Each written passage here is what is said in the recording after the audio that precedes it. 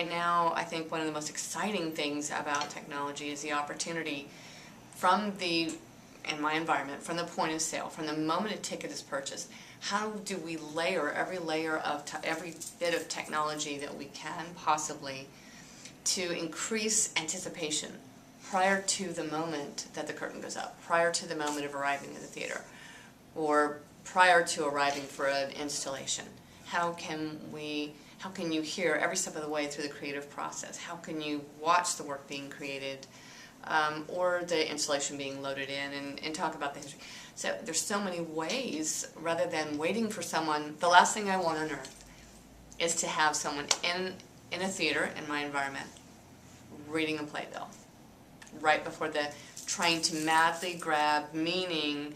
What is this about?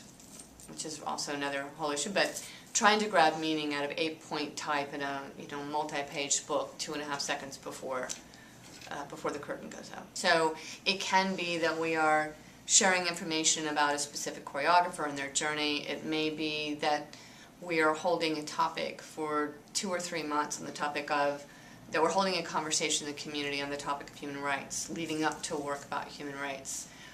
Or you pick another topic. But I mean, the opportunity to layer and what technology provides, and the ability to either bring it to their hand in a mobile app that we have, or whether it's YouTube or video blog, or whether it's 140 characters going out on a tweet as we're watching a performance, watching a rehearsal or loading in.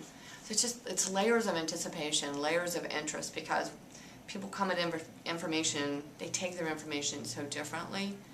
So certainly not to exclude those that will receive their information in a more traditional way, but to also utilize these other layers, and also not make either cultural or age assumptions, or any form of assumption about how actually allow the person with whom we're communicating to opt into those, not decide young people like this, old people like that, because again, convergence, not necessary to make any assumptions about anyone at any given level. So, which makes this convergence all the more difficult, because we're not talking about any more 2 or 3 forms or 2 or 3 channels of communication. We're talking about maintaining vibrant communication in perhaps 8. But needing to do so differently and authentically within those particular platforms, not taking the same information and jamming it all down all 8 channels. And that's taking a lot out of organizations understanding those different platforms. But there certainly has to be someone inside of the organization focused on, and I'm going to use those words again, but focused on this concept of increasing anticipation. And I say that differently because we talk a lot about community education. And if the audience has to get educated in order to come to see us, this is not a good concept. So, and I don't think it is even really what we mean. But I think if it has to be someone's goal within the organization to capture the stories and share the stories.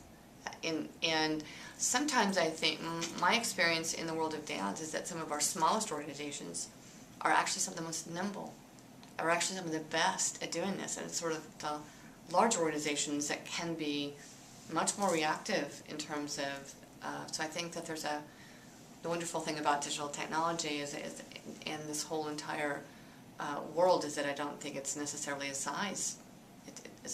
Size does not equate to more necessarily. So yeah, I think I can think of some single choreographer across the United States that are doing this better than our largest organization. So I think that there's something for all of us in this.